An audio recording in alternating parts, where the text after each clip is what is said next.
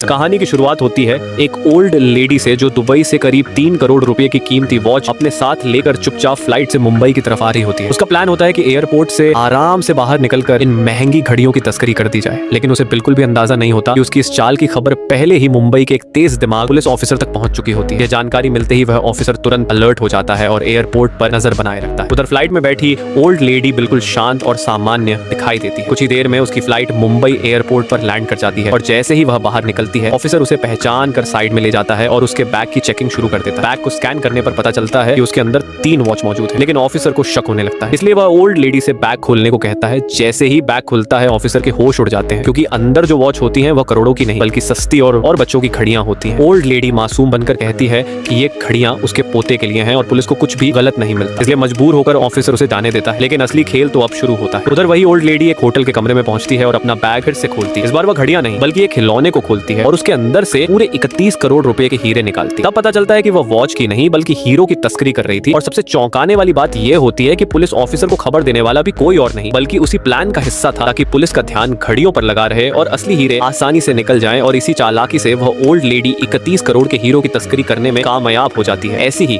दिलचस्प वीडियो देखने के लिए अभी लाइक और फॉलो करें।